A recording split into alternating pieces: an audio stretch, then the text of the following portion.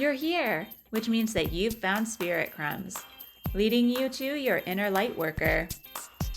I will be sharing how these tiny little hints from the universe have led me to where I am today.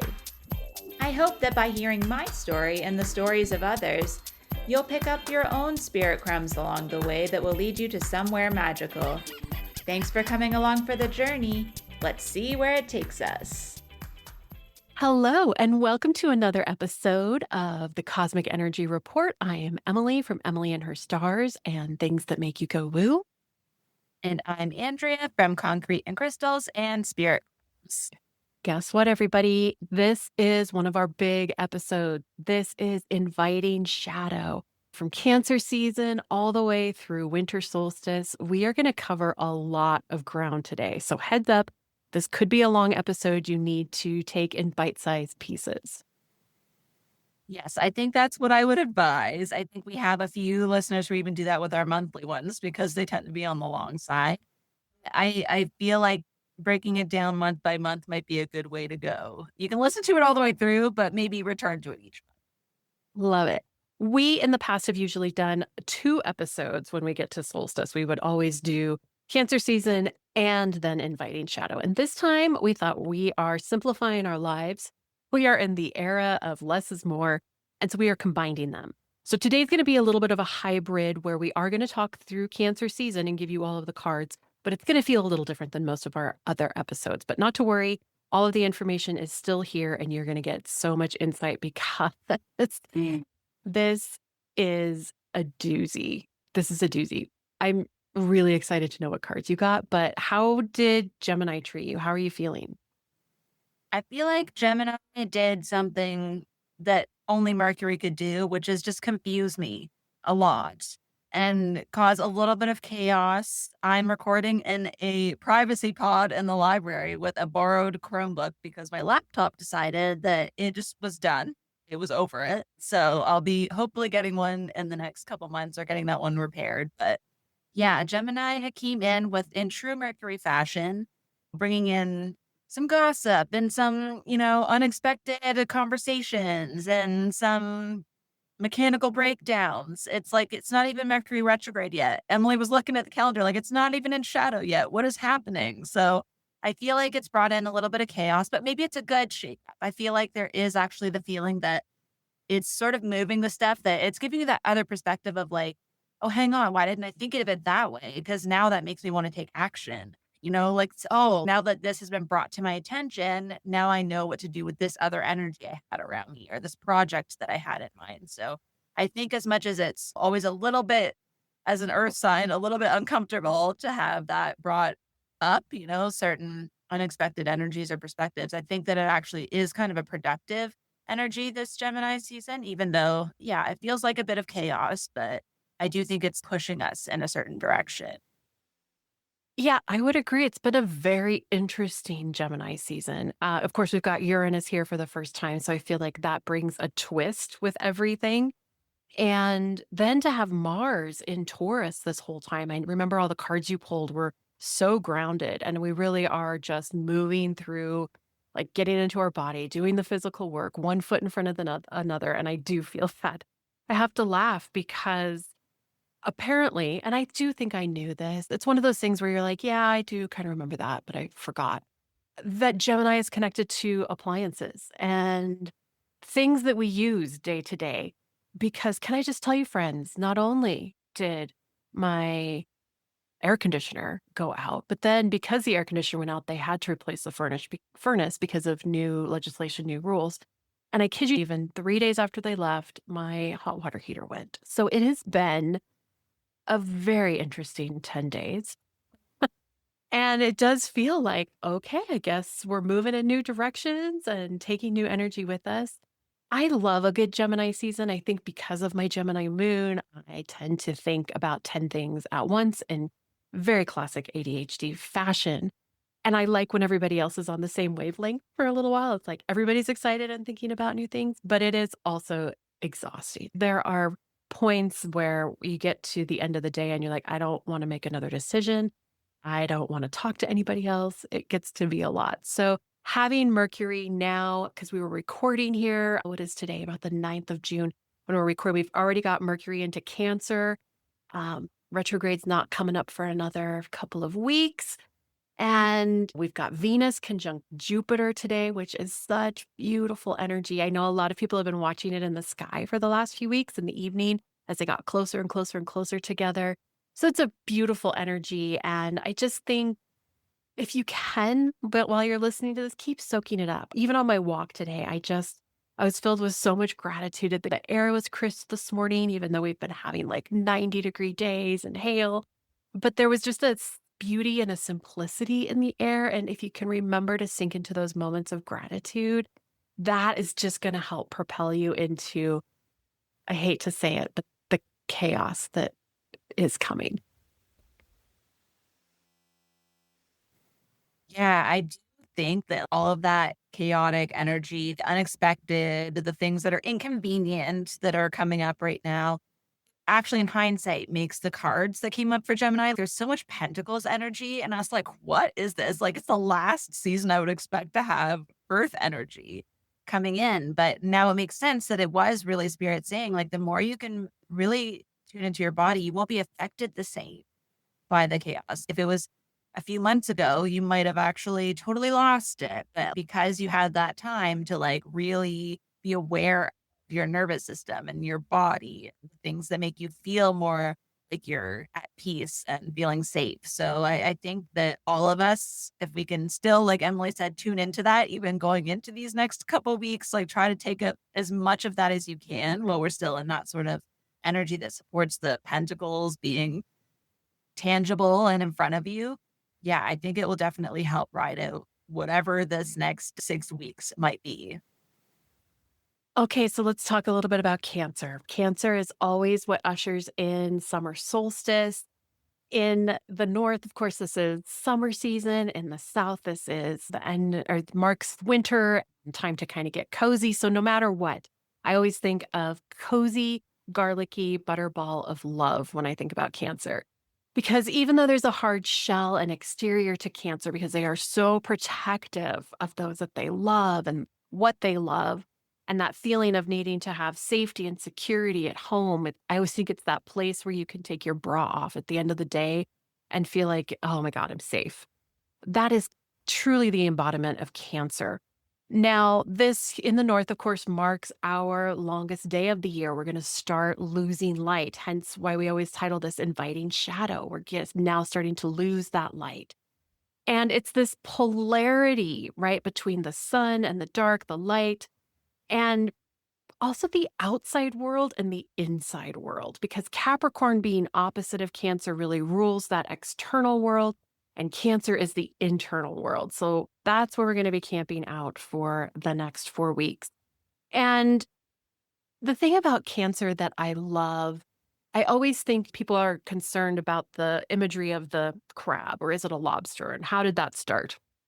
And truly, I was thinking about this just this morning on the walk, that I think of Cancer sometimes, and this can be a shadow aspect, but I also think it's what they teach the rest of the zodiac is the need to hold on to something. If you grab it with those pinchers, you hold on for dear life, whether that's a commitment you made, a loved one, something that feels like it nourishes you or supports you. And if you have a Cancer friend, they're always going to be the one whose house you go into and it's full of grandmother's antiques and it's got this feeling of these pieces were important to me and this recipe I cook is important to me because it came from someone I love.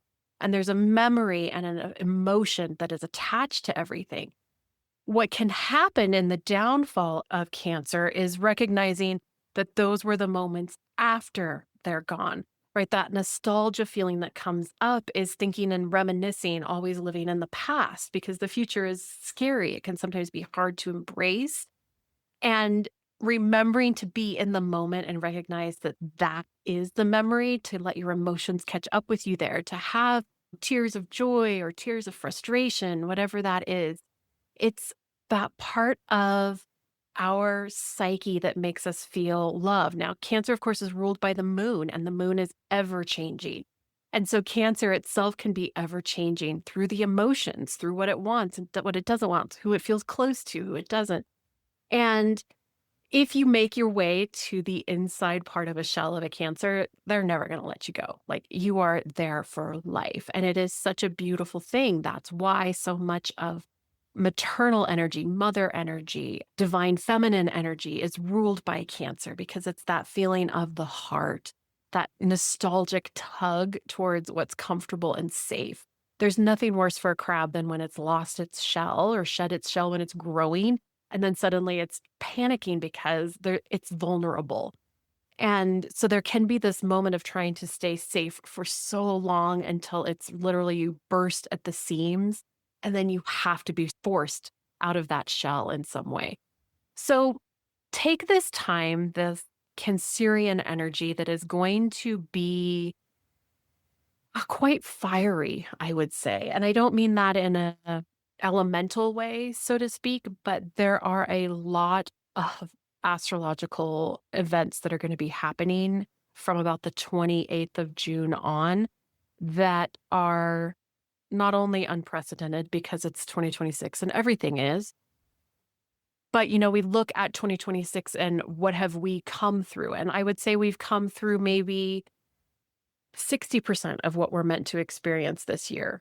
But the rest of it to get to 100 is going to be in the next 4 weeks. And that's a lot. It's not going to be spread out in little chunks over months. It's going to be compacted into 20 to 30 days. So hold on to the things that you love. I think that would be a really great message to embrace from Cancer, but also don't hold on from a place of nostalgia and fear. Hold on because it's something that means something to you. There's always room for shedding those old layers and accepting something new and even better. Go for those bigger, better shells.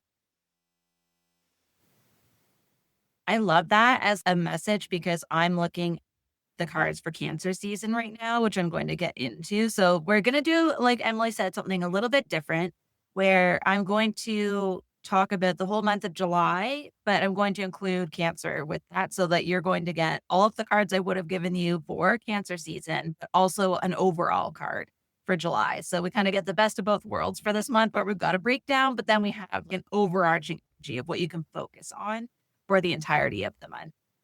So for week 1, June 21st to the 27th, bringing in solstice, unfortunately for my energy and the way I feel about it, we have the Two of Swords. And you know what? It's an air card and we're going into the season. We've had too much earth and something just has to break up that energy. And oddly enough, what Emily was just saying about trying to see a bigger, better thing, something that we haven't seen, that kind of is the message of the Two of Swords. So I don't think it's as scary as it normally is. I think this actually is, again, what I was talking about this year in particular, that with Gemini season, we're actually seeing how Gemini can bring what we need that we weren't seeing, helps us make a different decision than we next. So this is taking off the blindfold and saying, maybe there's another way. Maybe I'm blocking something that would be beneficial. Whether it's intentional or not is sometimes hard to say. But I do think that there is something really beautiful in starting off the month with, yes, maybe it's a little uncomfortable, but I think it's the longest day. We have time. We can see clearly. It's the day that you have the most clarity because you can see there's more daylight hours in the day. So it kind of makes sense to bring something to light in that energy so that you're able to do something with it. You have time. If that happens at the peak of the day, you've still got hours to figure out what you want to do. If your plans change or if you change your mind about something. I think if we get this energy in the winter, it feels heavier because there's so much darkness and we're already tired and there's not a lot to look forward to. And I think having a moment of clarity going into Cancer season is actually really beneficial because we do tend to be a little bit more internal. We tend to just stick to the people that feel safe. So that's a good space to be working out something new that you're just coming to terms with or trying to see in a new light. And then leading into the next week, which is June 28th to July 4th, I have the Nine of Cups, which is wish fulfillment. It's a very positive card. So I almost feel like the Two of Swords is what opens up the door to something that's going to be very rewarding. And I think the thing that really sticks out to me the most is the 9 and 10 of cups kind of have similar energies to the 9 and 10 of pentacles, where the 9 is stepping into the energy, recognizing what's coming in, recognizing your role in that. And then the 10 is sort of like, we've made it. We can see the results. There's stuff all around us. But the cups, what I have to really always remind myself of is that they are not the same energy. Pentacles is more about the physical manifestation of it and abundance and the resources around that. But the cups is the feeling of it. So I think if you can really lean into the emotional fulfillment that comes from recognizing where there might be some abundance that you missed, like if that's what the way it's coming through, if it's a relationship, if it's a feeling you want to have, whatever that wish fulfillment is, really turning that Two of Swords on its head and saying, okay, if I don't know the way out of this, or if I feel like I'm blocked, why don't I imagine the best case scenario? Why am I always thinking of the negative and what could be wrong? What's the worst thing that could happen? Which I think also Cancer energy tends to do. Like maybe my house is going to collapse, but it was just a pine cone on the ceiling, you know? Sometimes I think we have to recognize that it's just us making stuff up a lot of the time. So I think that's where this transition really, from that point on in the month, is really getting us into the feeling of like, how are we going to move energy, which I think we may be forced upon us based on external energy. But what I want to say in general is I think the cards for Cancer season are reminiscent more of like our internal journey, more so than what we're going to see externally. I think it'll still match up in a way, but I think the way that it's flowing is to me like the emotional roller coaster you go through, or like the creative process you go through when you're doing something new, like the Two of Swords, when we're being turned into a different direction. So from July 5th to the 11th, we have the Three of Wands. Now, this card is typically like there's something coming at the horizon. You're going to see some evidence of something coming through. So I think this makes a lot of sense. After the Nine of Cups, you've had this wish fulfillment. You've gotten a glimpse of what could be really beneficial for you, what your heart desires. You've made an emotional attachment to it. And then the Three of Wands is sort of this sort of fiery energy of, yes, I'm now believing it. I can see it coming. I have this sense of hope. And that also ties into Cancer energy a lot. You know, that idea of like hope and nostalgia coming together and being able to take what was good in the past and move it forward. I think there's a bit of that kind of a spark here. And because this is like when we're now fully into Cancer season, I think that's where it is also a moment of reflection as well, of saying, okay, if this is how I want to feel, if this is what I'm attached to, again, what I really want to hold on to, like what Emily was saying with this crab, then like, how do I make that happen? How do I make sure that I don't drop it? How do I make sure that I have somewhere safe to keep this? And like, how do I make sure that it's nourished? And then right after this, which again is this roller coaster sort of energy, we're still in Wands.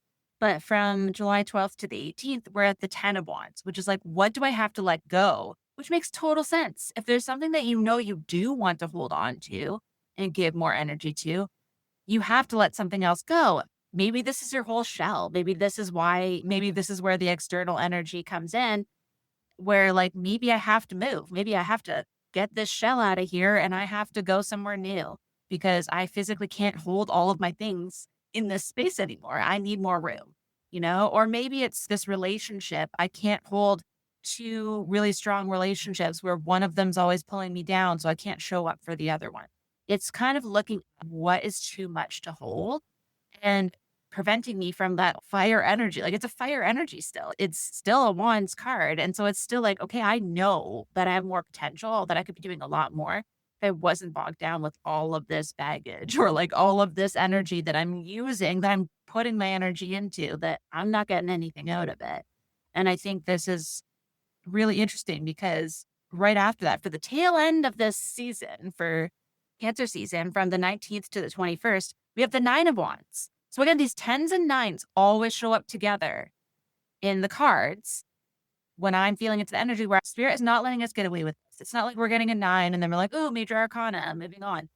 This is one of those months where you're going to have to keep going back and forth. And Mercury retrograde, I'm sure it's going to be in here somewhere. I don't know where it starts and starts and ends, but this is sort of saying, okay, now that you let go, now you got to go back and be like, hey, you're almost there. Now you have that energy to push a little bit further.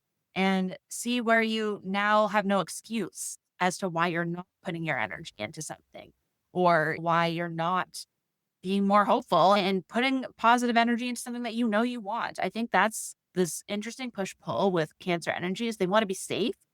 But if you have that wish fulfillment, that 9 of Cups, where you're like, this is what I really want. I can see evidence of it. I'm seeing glimpses of it. I can feel it in my body. I know I would love this.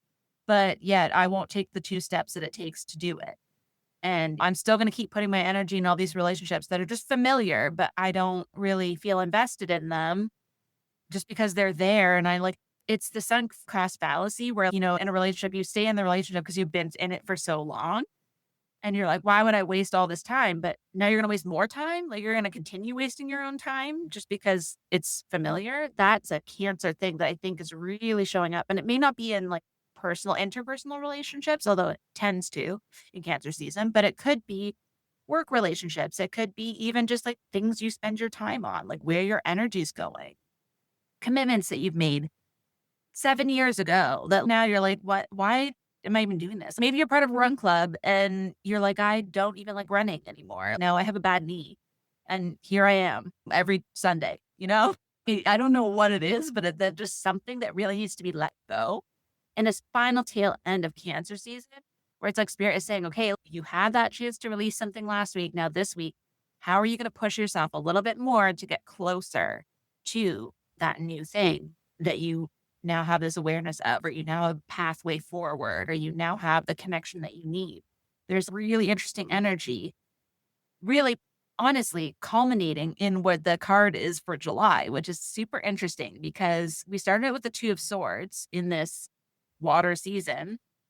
The only Cups card we had was the wish fulfillment there, which I think is that Cancer energy of remembering this is a water season. You have to be emotionally invested to do something.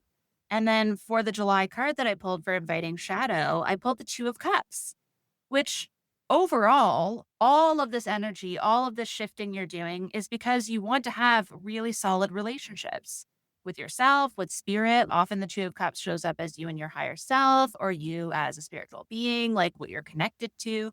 And so that wish fulfillment, that 9 of Cups energy is like trying desperately to keep you on that sort of flow of remembering why it's important to make these decisions, why it's important to look at the big picture of where you're investing of yourself. And kind of if you think about the 2 of Swords, that's sort of blocking yourself from seeing an opportunity, whereas the 2 of Cups is opening your heart and really committing to something that you know is fulfilling, that's reciprocal as well, like that you're getting something out of as much as you're putting into it. So I just feel like July, as much as the overall energy is going to have a lot of, there's swords and wands is the majority of it, but that one little piece of the Cups energy, that water energy, is what's going to keep you afloat. Because I think in a way, a really strange way that I don't remember having in this season before, is that it was bookended. Like on one side, we had so much so much earth energy to prepare us. And then we have all this fire energy in it to get us going before we're even in Leo season, before we're really into a fire season. But we have this reminder, just this very subtle reminder to keep us afloat, that like all of these energies, the 3, the 10, the 9, like the 2, there you go, 2 9s, a 10, a 3, those are all energies of movement. So it's like throughout all of it, remember that all of these changes happening externally as well as internally are for the bigger picture, for that 9 of Cups, for that like beautiful wish fulfillment energy, those really strong connections where you can trust the other person and feel safe and feel seen. And I think if we remember that as a whole, we can kind of, even though it's going to be very chaotic for the next few weeks, we can keep in mind that like the chaos has to come to light. This is the time of the most light possible to see things clearly. And we have time when it's summer, we have energy. We could be outside all day. There's nothing stopping us. If we could do it in the winter, if people could be outside marching and showing up in the winter, we sure as hell can do it in the summer. So I think there's some extra level of hope with it being the summer solstice at the same time that we're receiving all of this chaotic energy. It's meant to be like that 2 of Swords. Like we're taking off the blindfold and we're going to find a way through. Regardless of what it takes, we're going to have that hope and that like decision internally that we're going to move forward one way or the other. And I think that's the combined message. And the Two of Cups is helping us find the people that we can connect with to make that fit. And I just think it's, again, it may be very chaotic, but I think it's a positive that it's bringing us to an actual tangible future. Yeah. Wow. That makes a lot of sense. And I think I love that there's so many wands because I agree. I think this whole section, this next 30 to 40 days is very fiery. From the 21st to the 27th, we have the first quarter moon in Libra. That's going to make you want to make sure that those emotions and who you're connected to is fair and balanced. And then Venus is going to trine Saturn. And that's going to help you kind of cut through things with those swords and get to the bottom of what you want and value and desire and not get lost or stuck in the weeds because I think there's been a lot of that energy. The sun is going to square Neptune. That's kind of a little emotionally draining. I think also sometimes it can be a bit of a martyr alert. When I did Cards and Cosmos for June and even into Cancer season, the theme was I wanted it to be choose the petri dish you marinate in, but I cut that back a little bit and made it more about choosing your throne. But there is a feeling for these next 6, 8 weeks about what are you choosing to sit in? Who else is in your petri dish? Who else are you marinating with? Because that law of proximity also applies. And yes, we can put up with things and we can say, oh, but I love them, or we had times together that worked. It doesn't have to work forever. We don't have to sit in that stew, that marinating pot that all of a sudden now there's a bitter taste in when it's simply about removing yourself or removing that ingredient. And it isn't forever and it doesn't have to be final. We make these things sound like they're dead to me and cut off, and it doesn't have to be that way. A boundary can have a million different variations. But are you willing to even put the first 2-inch toothpick fence up? Because that's sort of what you're going to have to look at.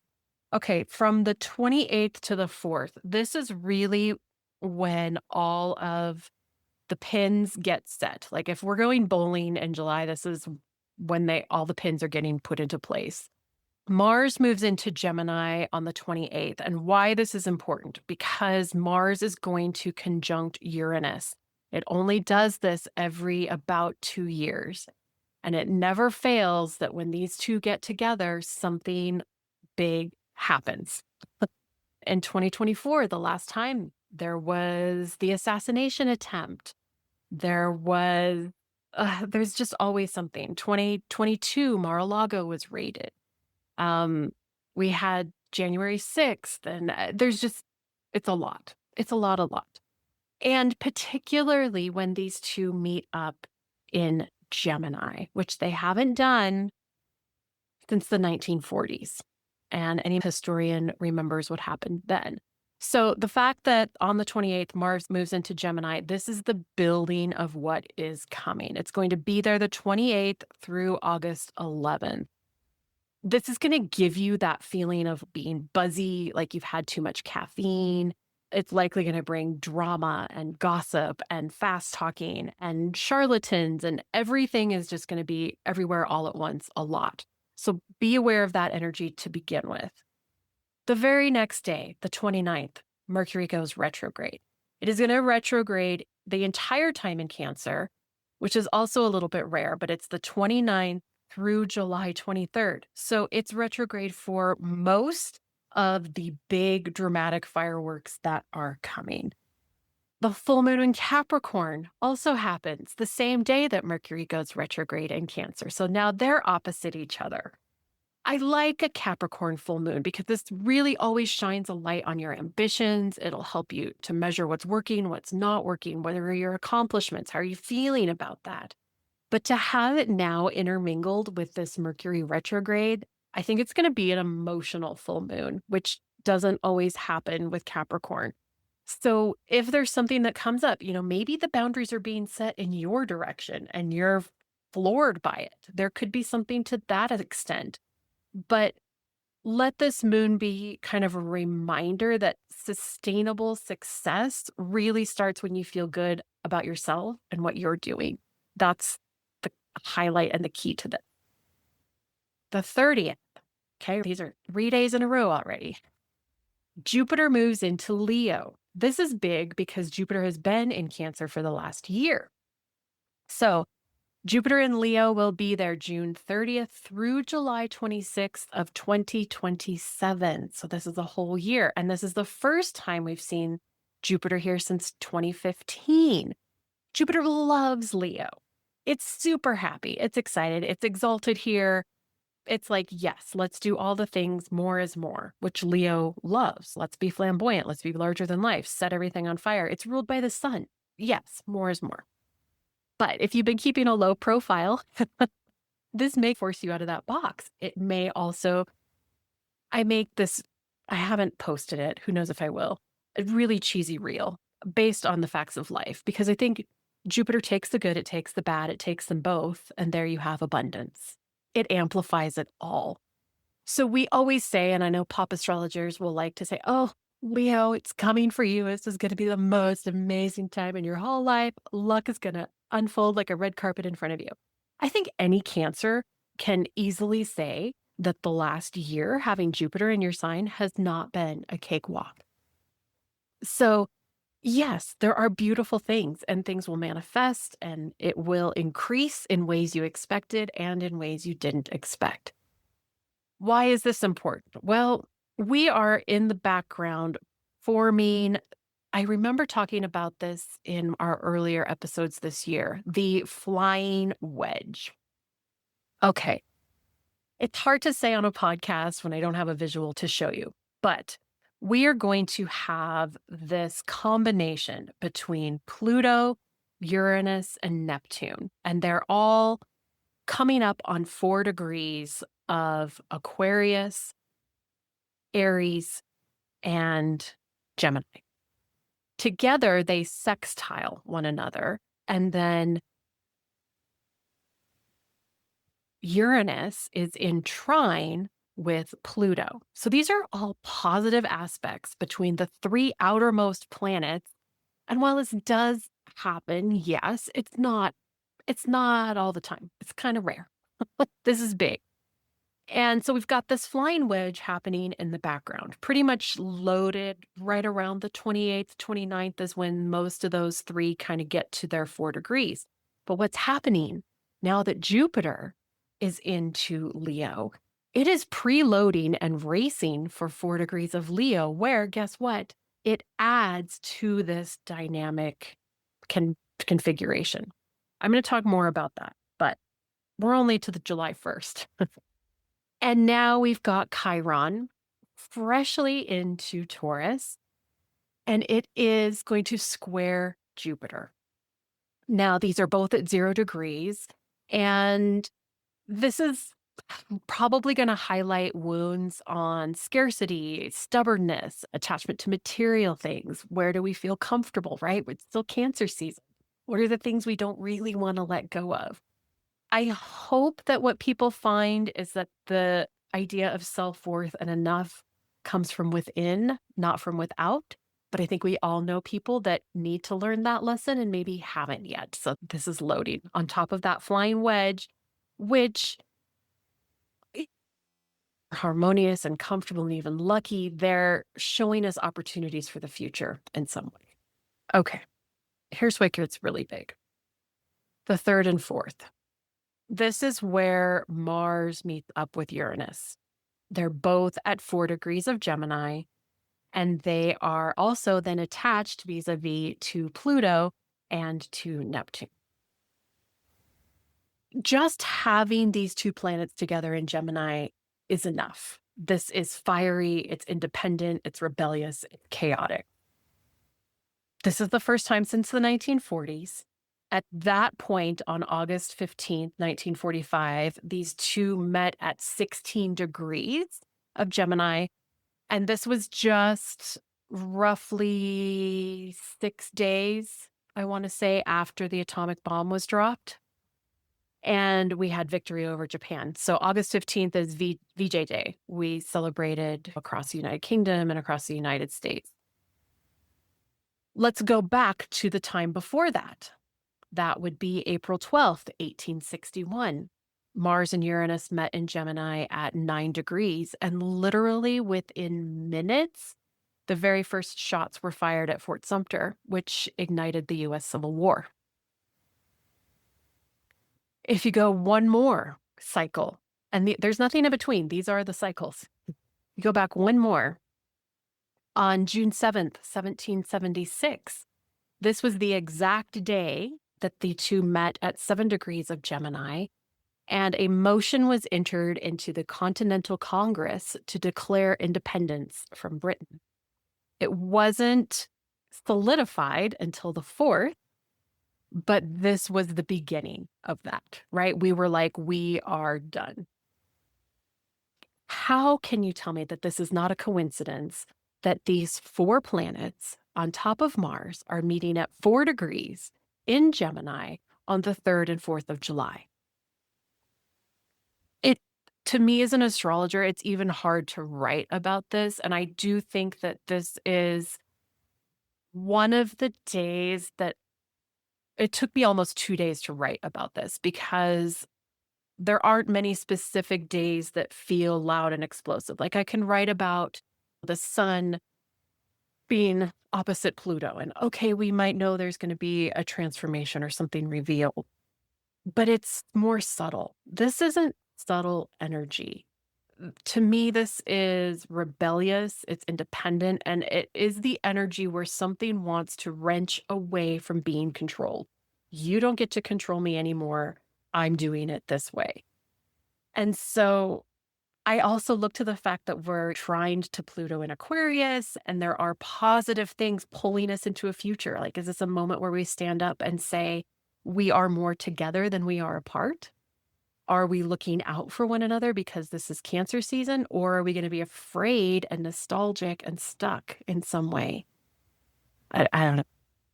July 4th, of course, Mars is still conjunct Uranus, but now we've got Jupiter square Chiron.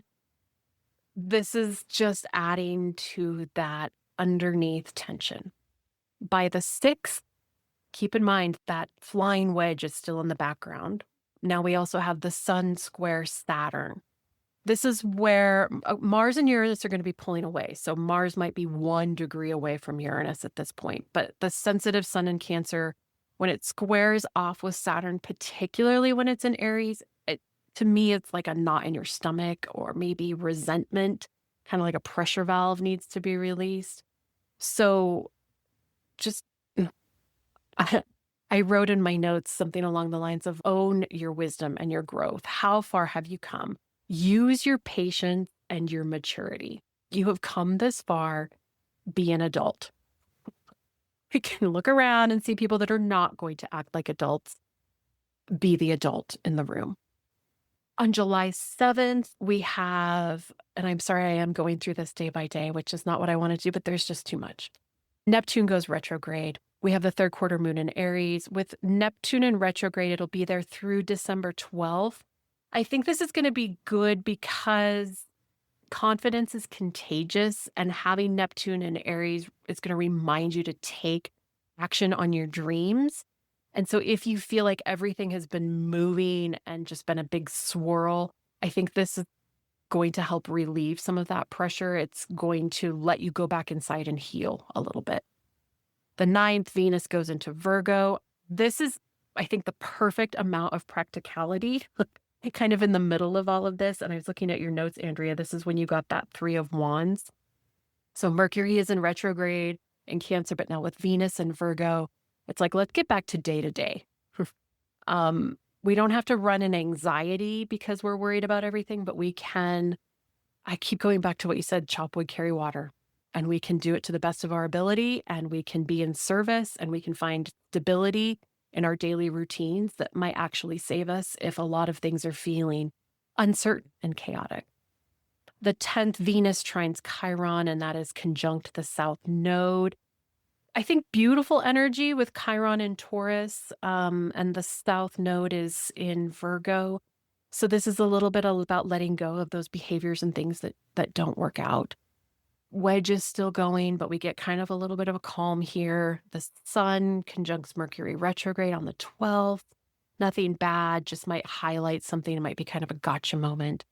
The 13th, Venus squares Uranus. This could be heavy on the heart, but very practical, like a practical breaking of your own heart some way. Like, yeah, just trust, I would say, that you're going to be prepared for the next step and not worry about over preparation. Like if something changes or pivots, go with it. The 14th, new moon in Cancer. It is a super moon. Thank goodness. And that garlicky butterball of love, right? Get out your compass. Look towards the future. Don't look back. This isn't a year or a moment or a month to look back and try to put the puzzle back. We are building an entirely new puzzle. And the pieces are going to look different, and nobody's got the rules. We don't know what we're doing.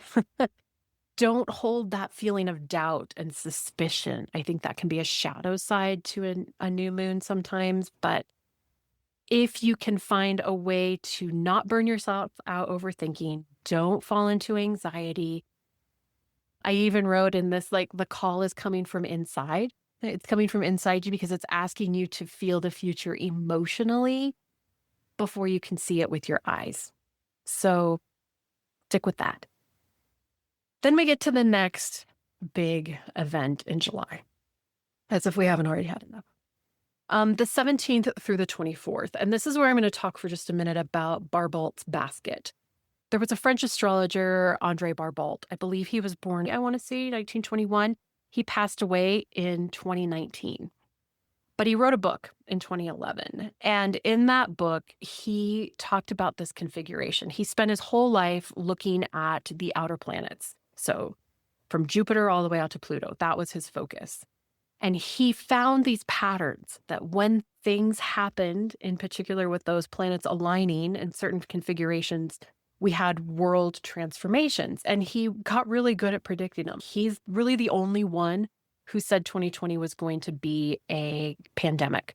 He talked about financial crisis in 2008 and the crash. He also predicted when the Soviet Union was going to collapse. So he had something. He was onto it. And when he talked about this configuration, Jupiter, Uranus, Neptune, and Pluto, all at 4 degrees, he saw this, and these are his own words, I'm going to say. We are faced with the possibility of a change, such as to make the terms change or upheaval seem too weak to define the breadth of what could transform in the known world. But he also saw this as the possibility for us to be launched into transformation and breakthrough. This is, and I don't know that it's going to be this day. It's hard to say. I don't fear this one in the same way I do Mars, Uranus getting together right around the 4th of July. To me, this is more like the threshold of the door we've been waiting to walk through. We've been sensing it coming for months. And we're going to get 2 of these baskets. So I'm going to put some graphics on Instagram so you'll be able to actually look at how this configuration looks like a basket. And with that bottom portion, we're going to get it again next in 2027 in June. It won't be at 4 degrees again, and it won't have Jupiter, but we will get kind of a repeat of this. So these are all positive angles. It's the first time Uranus and Pluto have trined since 1921-22. And happening in visionary Aquarius and curious Gemini, to me, it's like, is this when AI takes on sentience? Is this the moment that we finally have full disclosure? Is this the moment that we rise up against governments that have held us back and had too much shadow, and we finally bring in something that's completely new? That's the optimism in this piece that I'm holding on to. I emotionally feel that, and how different that's going to feel if abundance looks completely different in another 10 years. But it has to start somewhere. And that is the messy part, right? It's like taking a hard-boiled egg and cracking it. You got to crack the shell to get to what's inside. So sorry to talk about this so much, but this is a big one. And like I said, I will have some blog posts. I've got some Instagram things coming out there and to talk a little bit more about it if you want to dive in, because I just think Andre's words around it were really fascinating. By the 19th, we've got Mars in sextile with Saturn. That's really beautiful. That's if you're going to do something, take the slow and steady path to make it worth it. Just because we are going to burn it down, don't throw it back up together with like charred 2x4s and half bent nails. Let's really make it work. And then on the 20th, we get that Jupiter trine Neptune, Jupiter opposite Pluto. That's when it's exact. We're within minutes before this. This is when it finally gets to that positive moment. And for the first time, Jupiter trine Neptune, it's in starry-eyed Leo.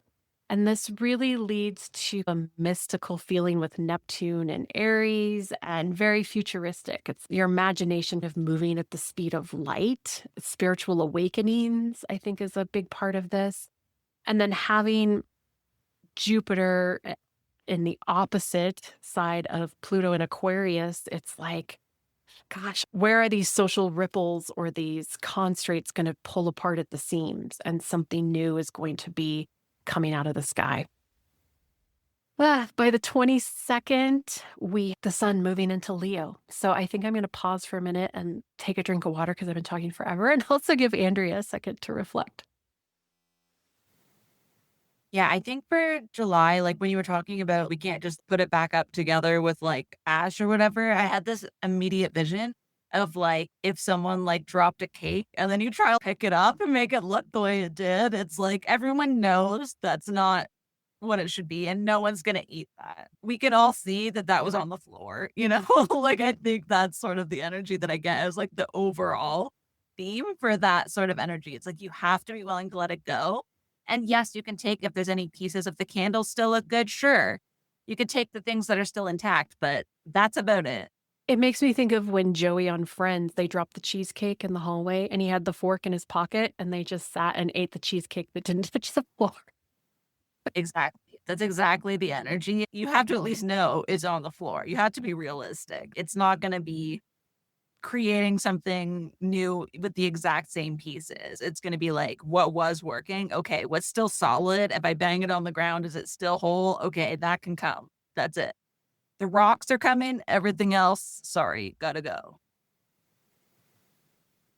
Yeah, no, I think that's a great description. As soon as you said the cake, I was like, oh, and Joey with his fork in his pocket. We are the ones who are being asked to have a fork. Just take it for what it is. We've survived as humanity a lot of things. I don't in any way want this to be an episode that makes people terrified or adds anxiety or any of those things. But I think the more you sink into, I have a beautiful home, I have food, I have some place to go. I mean, we survived the pandemic. The whole world shut down. We didn't even know what was going to happen.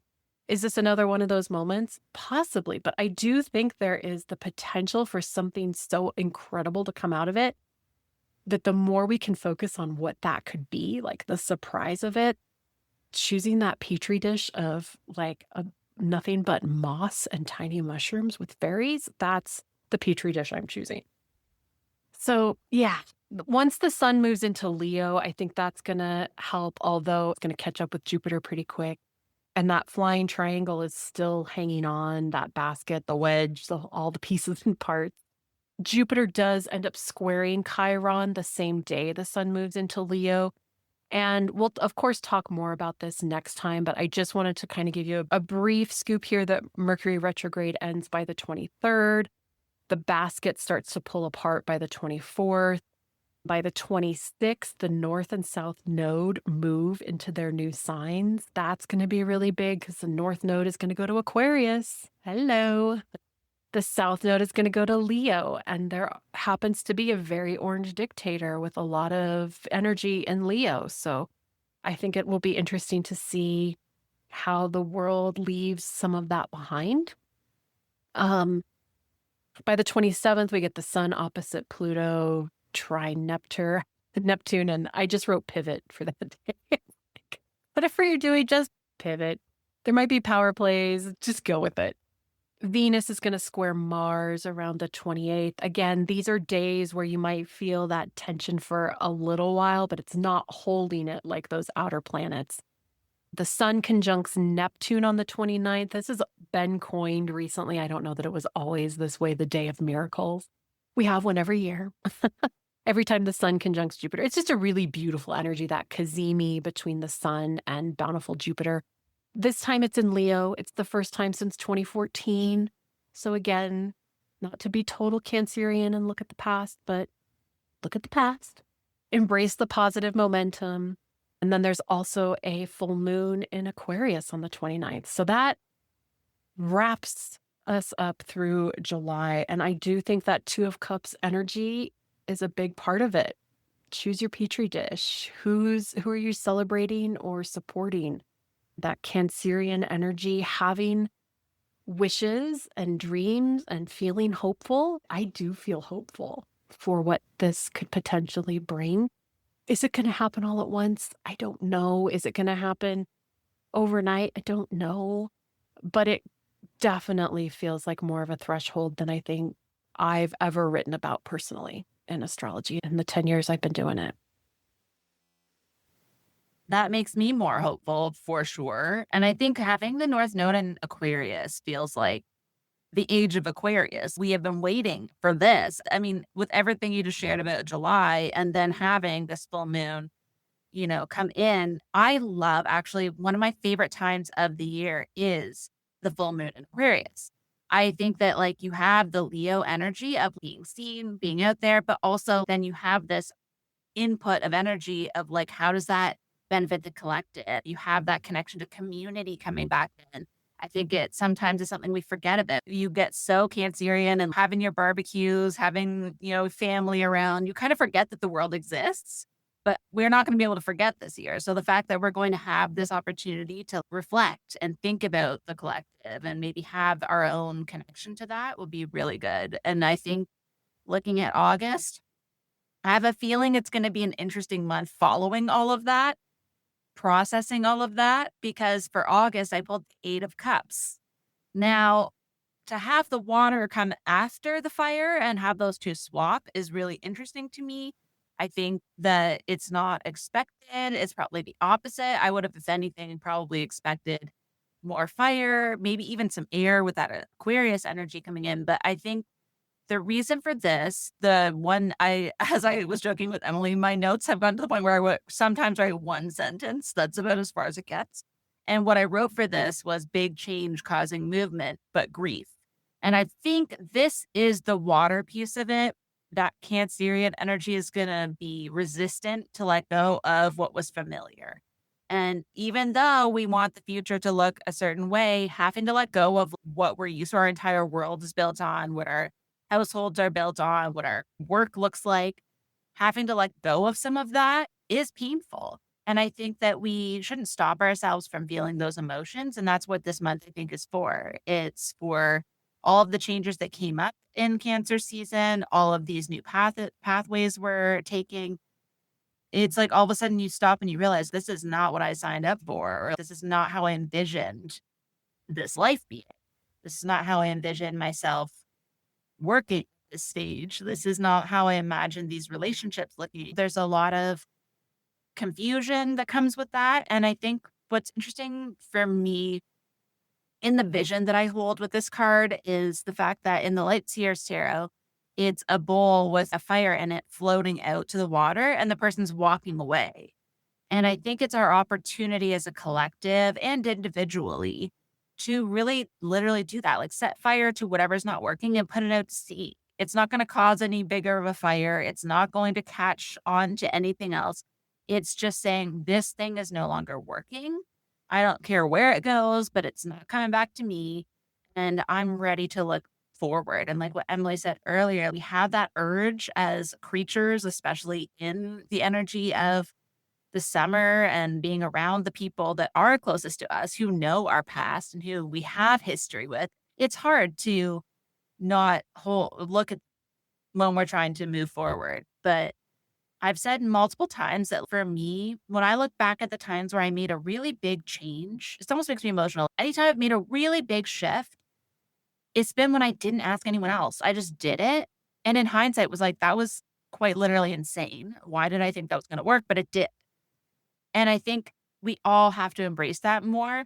And another interesting energy that's coming up for me is the fact that the eighth house, and this is the Eight of Cups, it kind of makes sense for Leo season. And often it's other people's money. It's of the darker stuff that we don't always want to look at.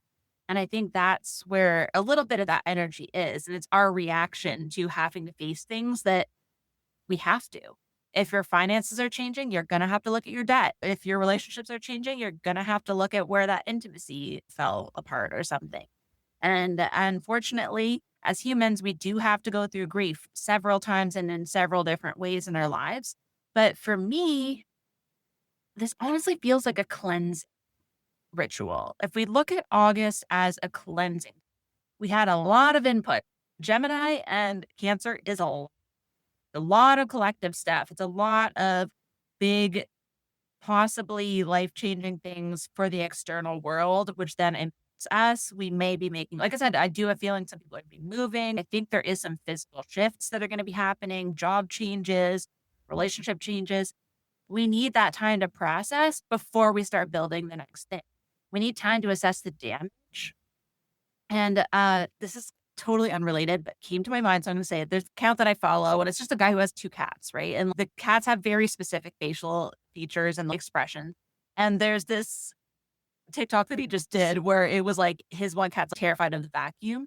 I imagine it as a storm, right? Like a storm coming in and they're like being like, oh, there's thunder, there's lightning. I hate it. But then what I envision is this TikTok where it's the cat looking through all her toys after he puts the vacuum away and he's like, have to check to make sure none of them are missing. And it's like, and I commented, yeah, it's like you got to assess the damage for insurance after the storm, right? The cats know this, right? They're smart.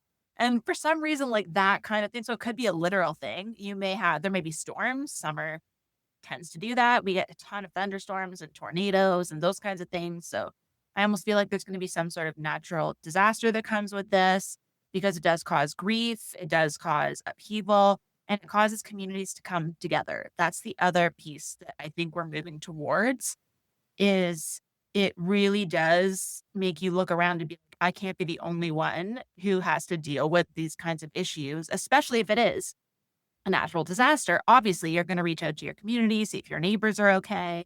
But I think just in general, reaching out to the people that maybe you think are always fine, and you're like, maybe I should just see if they actually are in fact fine. If there's friends that you keep thinking about, reach out to them. But overall, it's about feeling the feelings and letting yourself readjust. You have to readjust. Who you are is changing.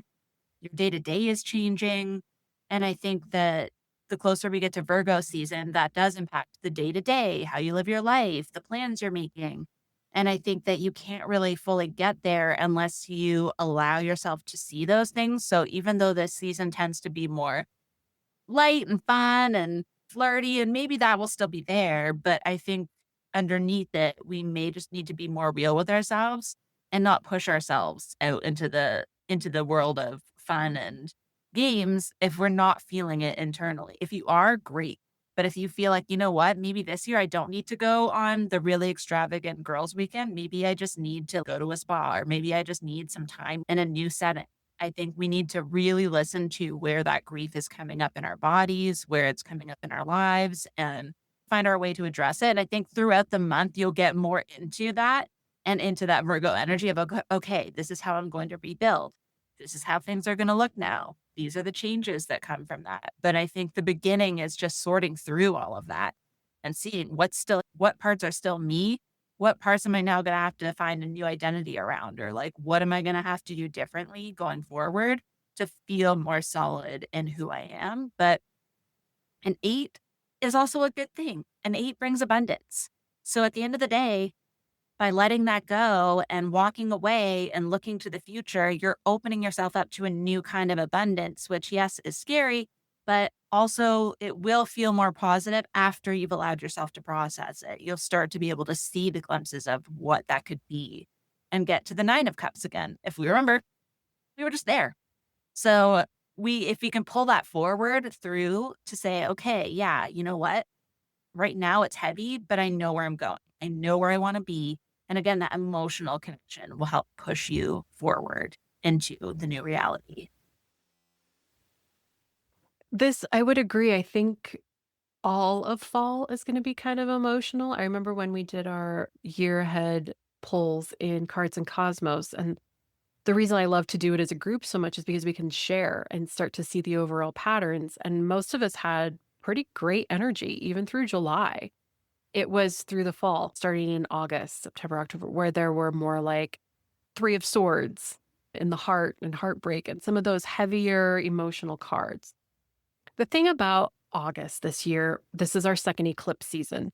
So, right out of the gate around the 6th, Venus is going to move into Libra. And what I think is interesting about this is it's going to ignite a little bit of likely what's going to happen when Venus goes into retrograde, which it doesn't do every year. This is every 2.5 years for Venus. So, we're setting the stage for some of that energy. By the 12th, we have a solar eclipse in Leo. This is the first in this series, right? Because the nodes just moved. And it's happening at about 20 degrees of Leo. It is a total solar eclipse. So if you have anything in your chart at 20 degrees of Taurus, Leo, Scorpio, or Aquarius, keep an eye on it because it will either be conjunct, square, or opposite for you. Then we've also got the 17th, Venus is going to square Neptune. This one to me, because both of them are a little bit slow moving, it'll probably linger for a couple of days. And this again feels a little bit like a bubble burst. Neptune being in that dreamy place. It's unfortunately not super happy hanging out in Aries, but it's like at least I'm moving towards something.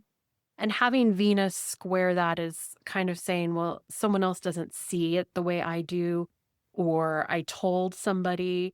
Now that Venus is in Libra, I've shared it with someone and they've burst my bubble, or they've told me that isn't going to work, or I'm not going to stick around for it.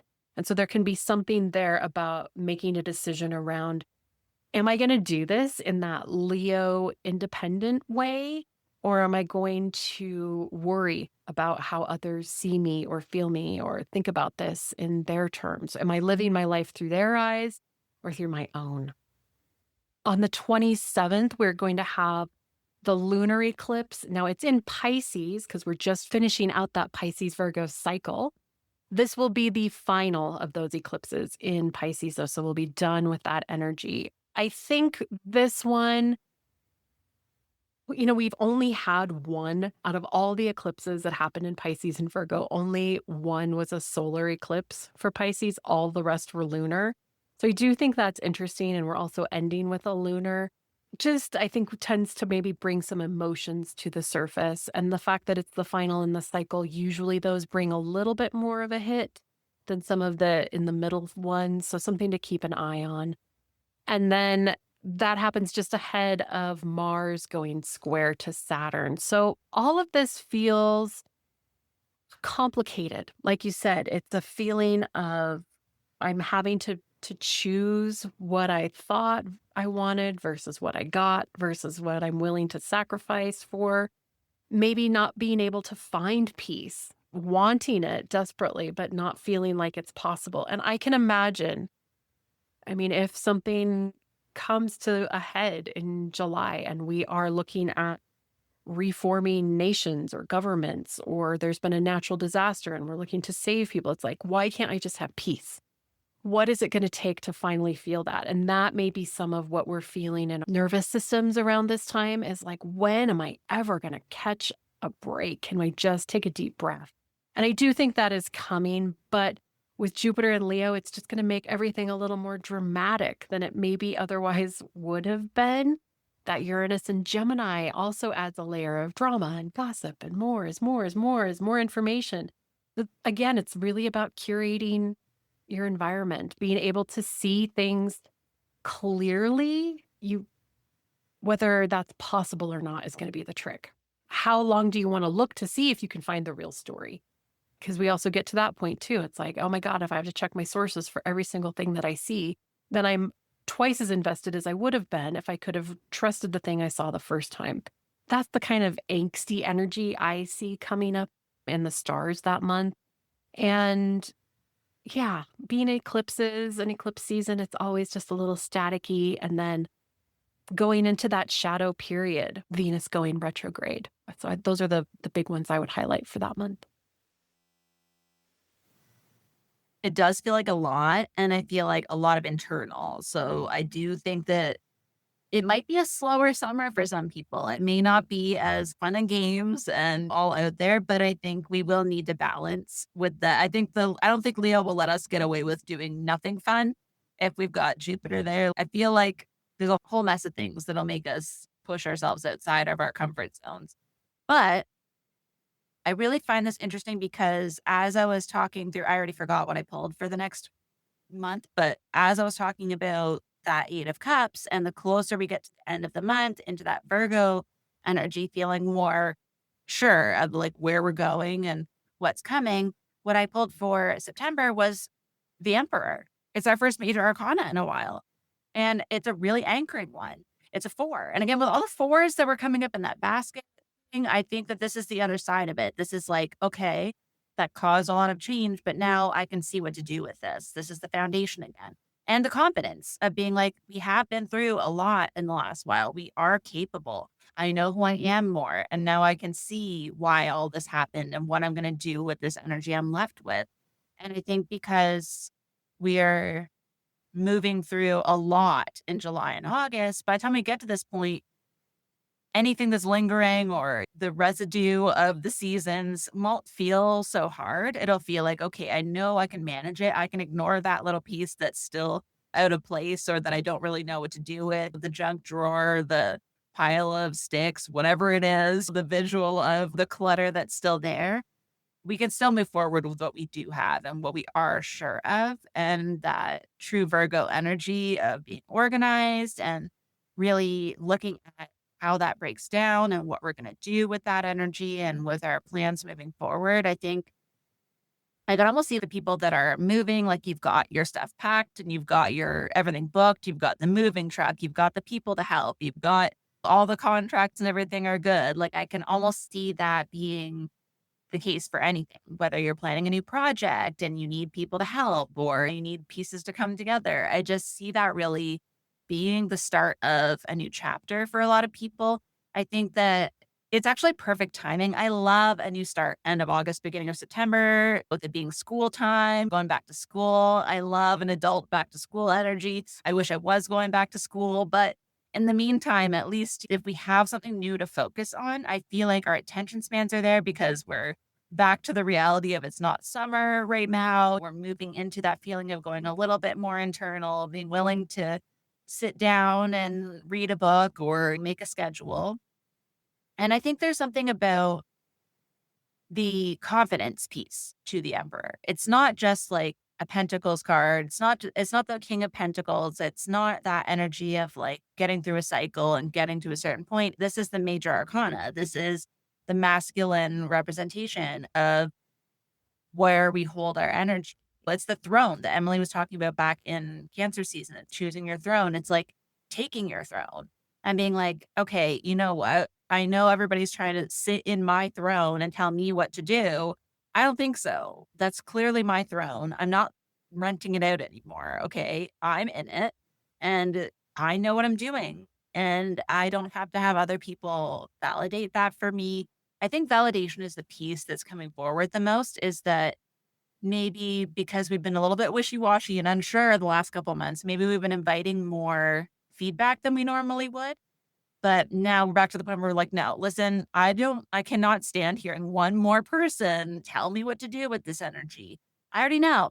I'm sure. Again, it goes back to that feeling that I was talking about where when I look back at any time that I have, I don't say that I have regrets, but anything that I think that I've done where I wish I had tried something or I wish I had done something, key difference is that I told someone about it and took their feedback into account and I didn't thing, or I didn't do it the way that I would have had I just done it naturally. So I think that's the energy we're taking back here with this major arcana is like, if you're going to make a major change, it should be coming from yourself.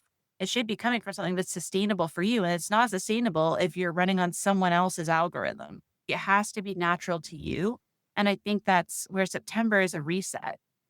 It's going to have some fallout to that as well. Again, with the boundaries that Emily was talking about earlier, I think that will come back into play where it's like, okay, now that I know what I'm protecting, how am I going to protect that? I didn't even know what I was protecting before. I was just trying to protect my heart, but now I'm trying to protect what I'm doing in the future and what I'm building. And this foundation has to be solid. I can't be letting any unexpected materials to get in here this time. This is just for me.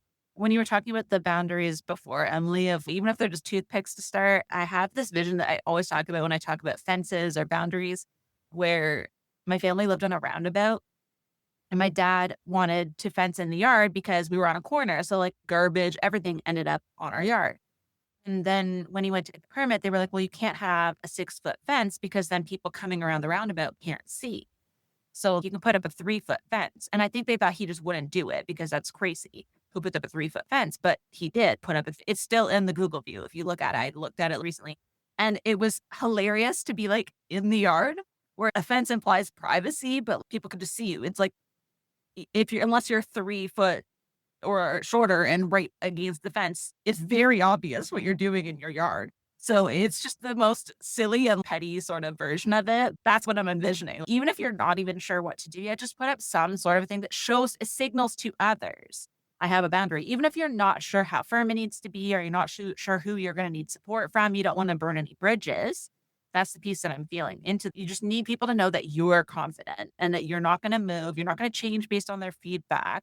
That can be solid, but you can still be appreciative that they're there to support you if you're clear, if that clarity is there, that, no, this is my vision. If you're going to sign on, you're going to have this list of tasks that you can do. This is the list. This is a very serious potluck happening. Okay. It's not one where it's just everybody bring anything. It's a potluck, but from this list, you pick something because I know what I need. And that's the situation. So that's, I think, the vision that I'm getting for like how to explain this energy is, you know what you're doing and you're only going to invite the support that's actually going to support you.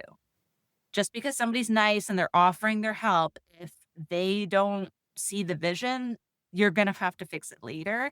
And that foundation is going to crumble again. So I do just feel like this is a perfect month to really step into that new version of yourself and be confident with all the experience, all of the the skills that you've honed, all of the things that you've proven to yourself and to everyone around you.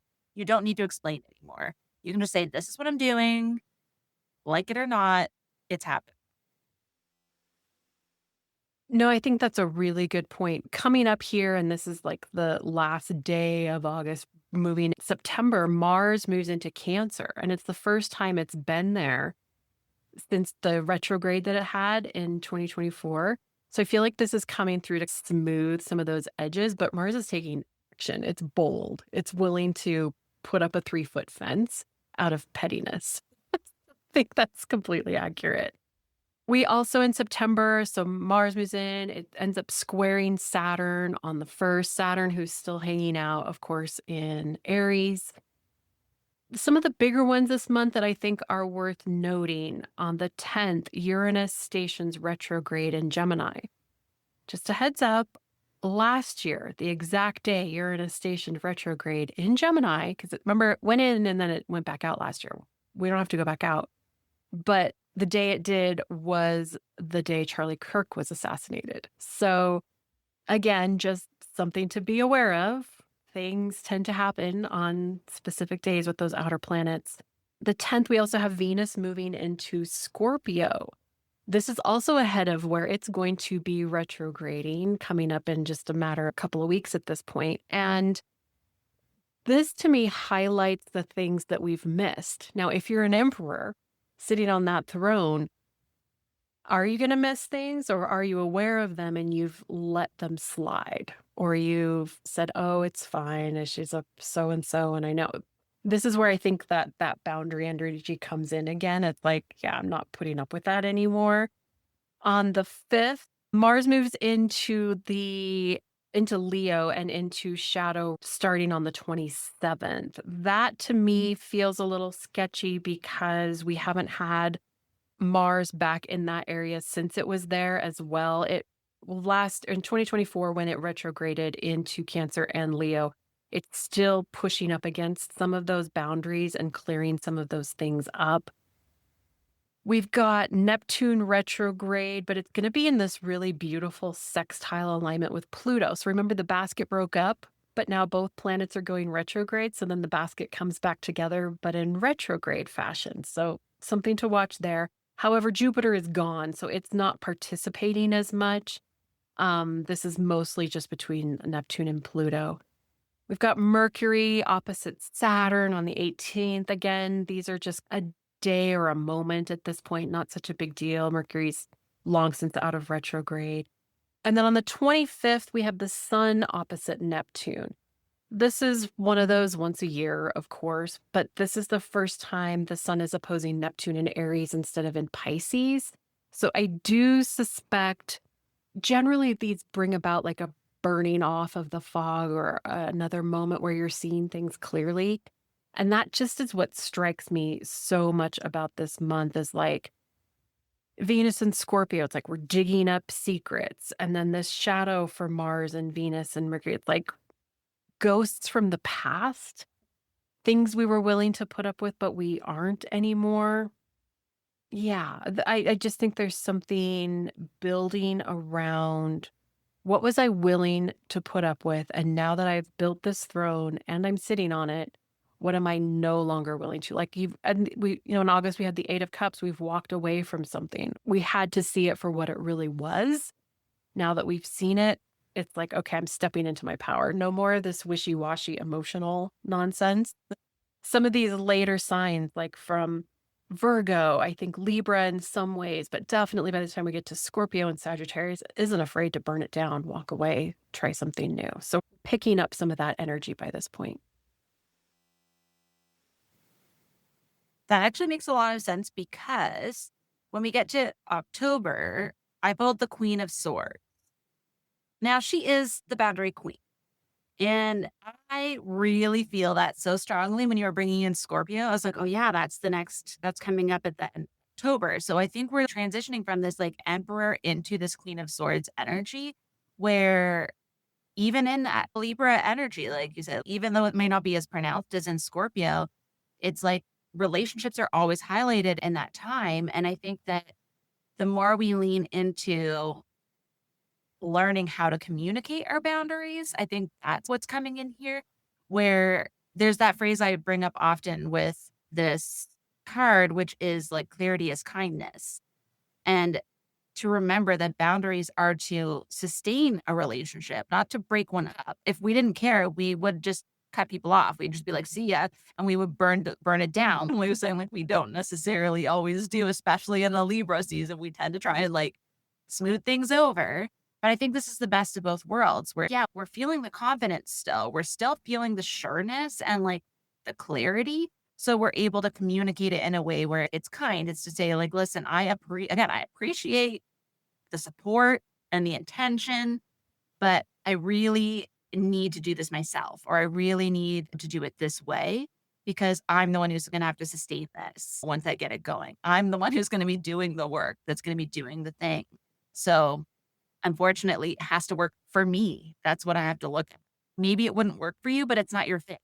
And I think we encounter that a lot in relationships where people really want to, like, not intentionally, but they project what their fears are or what their way of doing something is. But I don't know about you, but as someone who also is neurodivergent, and I'm realizing more and more that is a strength for me when I decide to just do something and I just go for it in the moment. But it is really hard to try and communicate why my brain needs me to do it in a way that maybe doesn't seem logical to most people.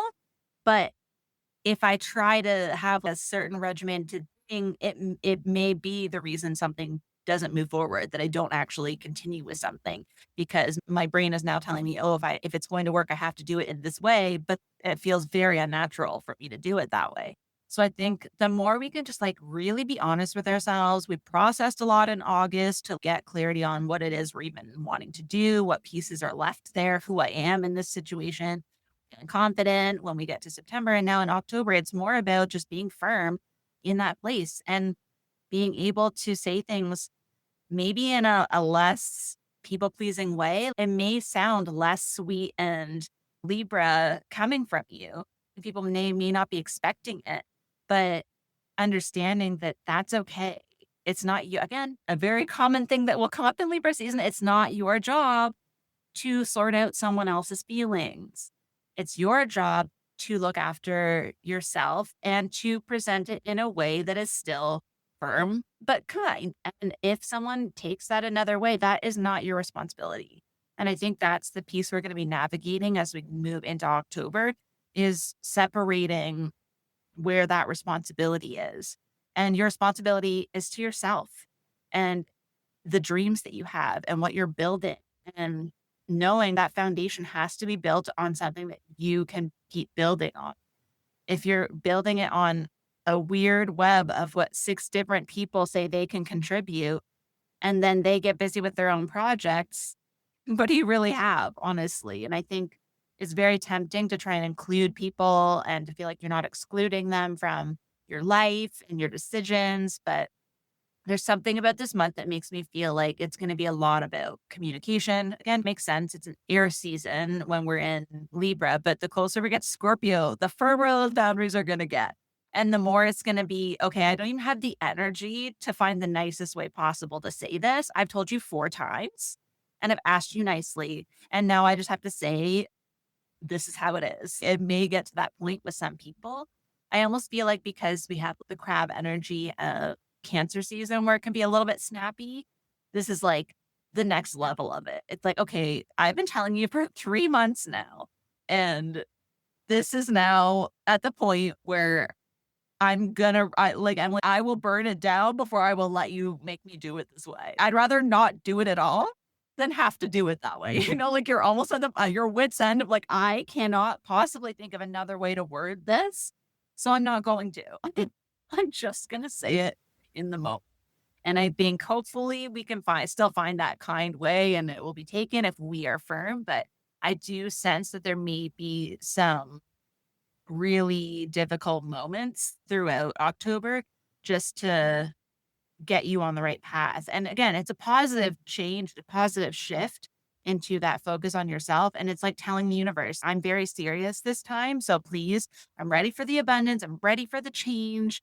And look what I'm willing to do to get there. And it's not stepping on people. It's, allowing people to find their own path. Honestly, it's releasing people from any commitment they may think they have with you. Maybe in their head, they made a commitment and they're trying to stick with that to show you that they're committed. But by you releasing them and saying, I appreciate that you committed to this, but I actually feel like it's better for you to find your own project, I think it will work out for all parties. So I feel like there is that other perspective shift to it of like, you're also allowing them to put their energy into something else that will be more rewarding for them. So yeah, I think overall, just remembering that clarity is kindness and firmness is necessary as part of that equation. Yeah, when I was writing my notes for October, I literally wrote in my funny little penmanship next to October, one of my least favorite. Because I do think it's rough, it's raw. There's going to be like, you can be the Queen of Swords. Yes, love that. But you're also going to be on the other side of getting the Queen of Swords. Somebody's going to say something. Things are going to happen that are going to make you feel, I don't want to say worthless, but like, oh my God, how did I get it so wrong? How did I not see it that way? And there's some trickiness because a lot of this month has to do with Venus and Mars and Mercury. And then we've got this Libra Scorpio thing. It is all emotion. It's all, what do I think? What do I feel? What do I want to do? And none of it's clear. October 2nd, Mercury goes square Mars. Well, already right there, your head is going against your motivation. Body's trying to go in the direction that you thought you needed to go.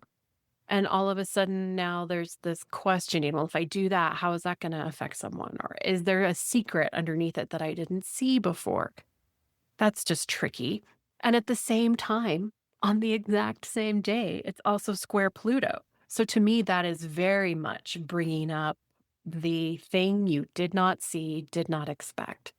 And that's going to take a hit to your mindset and also bring up trauma. I mean, here we've got Mercury at this point, it's coming up Scorpio, end of Libra into beginning of Scorpio. And it's just this feeling of like, well, what did I know? Do I trust anyone? How did that emotional wounding, that inner child come back up? So that's, I think, really going to be raw. And then on the 3rd, we get the beginning of Venus retrograde. What's tricky about this Venus is that it flew across Libra into Scorpio. It's going to station retrograde in Scorpio and it's going to back up into Libra. So that right there, we're reliving all of this Libra, Scorpionic relationships, self versus other. I think Scorpio can tend to put up a boundary where there isn't always one needed because they're anticipating the bite. And that can be problematic if you're being the emperor or the queen of swords and you're like, I'm going to attack you before you attack me. And then you realize that intention wasn't there. And then you feel like a complete jerk. Of course, Mars is opposite Pluto at this point as well and square Mercury. So then this whole feeling of Pluto is transforming our idea of community. It's transforming what it means to be an individual and yet still belong to something. And so that's where I feel like with this Venus retrograde starting in Scorpio, maybe we're coming from I'm going to get you before you get me. Then something's going to be revealed. Pluto's in retrograde when this happens, but by the 15th, it goes direct. So it's, oh, that was a complete misunderstanding. I didn't see it that way. But Venus is still in retrograde. So now that harmony and disharmony is driven inward, right? We're revisiting all of those things. By the 16th, Mars thankfully moves into a trine with Saturn. So I think that should help to smooth some of those things over. It's like, oh, okay, we really do want the same thing. We just were seeing it from two completely different points of view. But then the sun goes opposite Venus retrograde. So again, it's like I just got over it and then I take another hit to the inside and then I step out and I think I'm going to be brave and blammo, it's again not what I thought. And then to add to everything, on the 24th, Mercury goes retrograde in Scorpio. And this is a bit of a spoiler alert, but worth noting at this point is that now that Mercury and Venus are both retrograde at the same time, they are going to end their retrogrades on the exact same day. So while Venus is going to back into Libra, Mercury is going to stay completely in Scorpio. This timing, again, is ridiculously uncanny. So all that to say for October, I think it's rough. I think it's raw.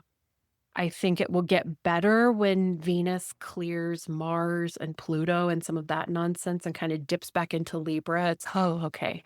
My emotions feel a little better, or I can see both sides, or I can protect myself in this ambiguity of maybe masking or working through who I need to be to make the situation feel better, not attacked so much.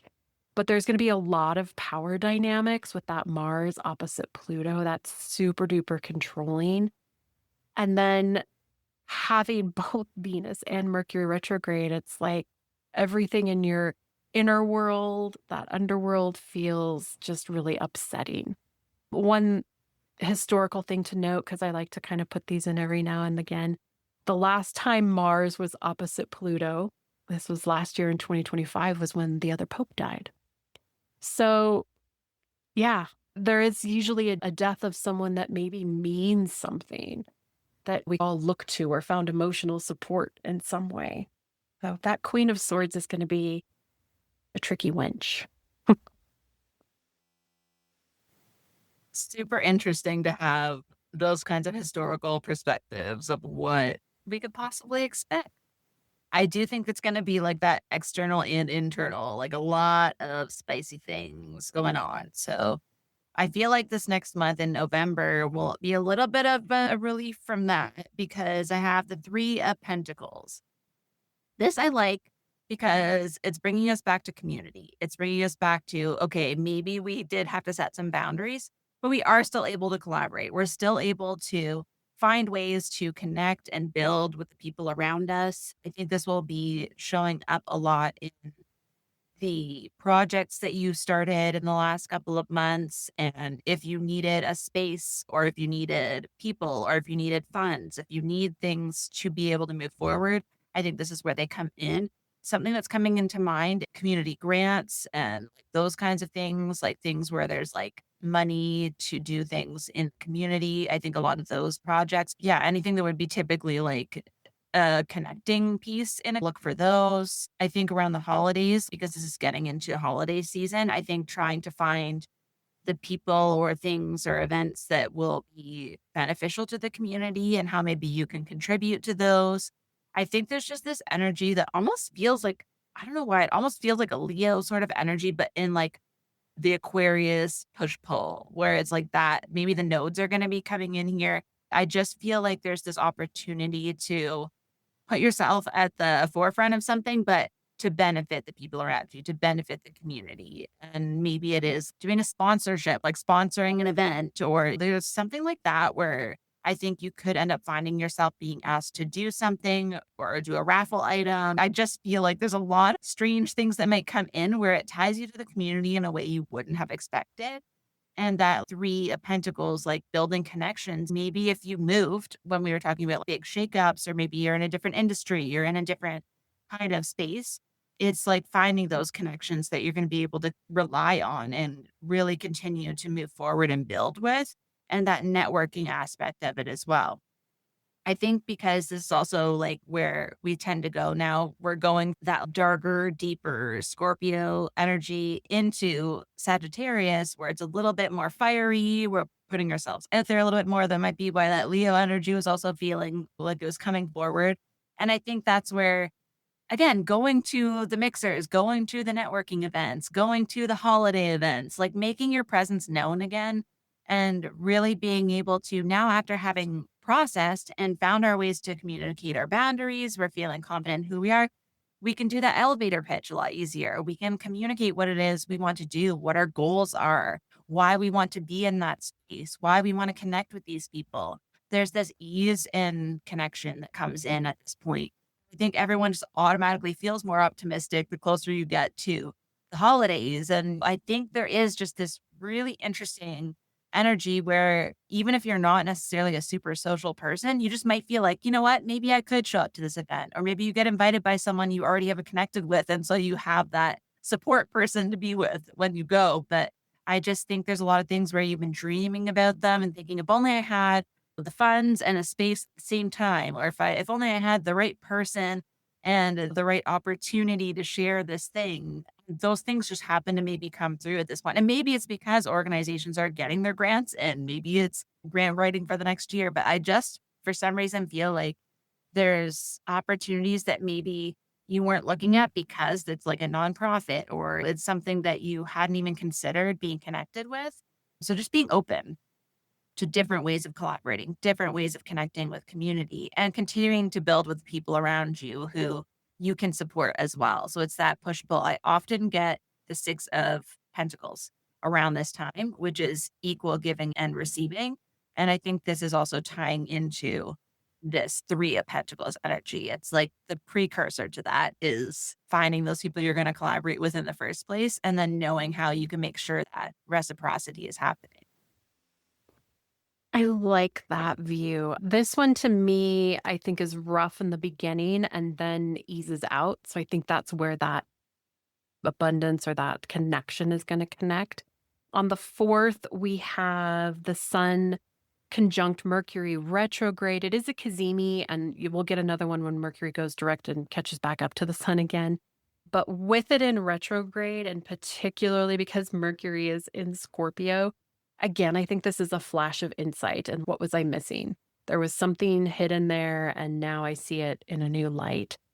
Friday the 13th, funny enough, you can't make this up, is the day that Mercury and Venus retrograde end.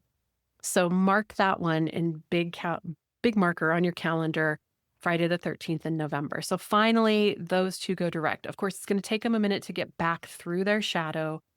And it just, Mercury retrograde by itself is already a lot, particularly in Scorpio. That is emotional underworld. But to add a Venus retrograde on top of it, I just think it's like we're going to have opened up these wounds in October. And by November, it's like, how am I finding a way to heal myself? And what can I offer to someone else to help heal them as well? Because maybe they have something that they can help me with, that reciprocity, that give a little, take a little, I have something, you need something, feels very poignant this month.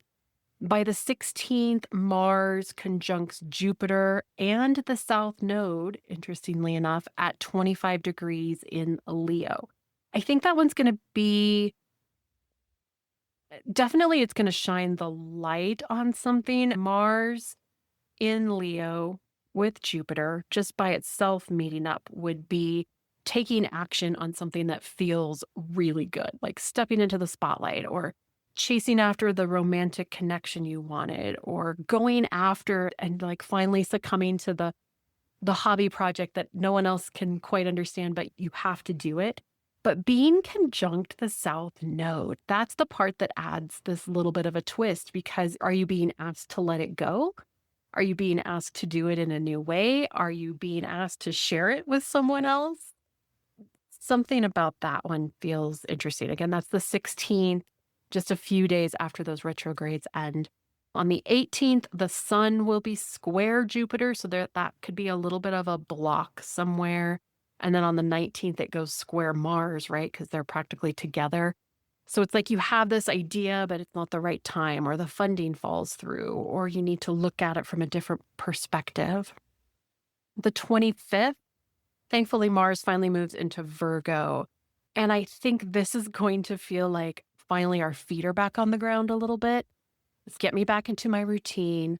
Let me feel something that's sure and stable around me, even if it's nothing more than I get up, I ate the same thing, I did the laundry, whatever you needed to do to get through the day. I think that's going to help. And the other thing is Virgo loves to help. It loves to be of service. And having Mars there, again, is speaking to how can I help someone else? How can I share this or work in that feeling of give and take, that trade that comes up. Uranus is also going to trine Pluto again. This is for the second time because now they're in retrograde.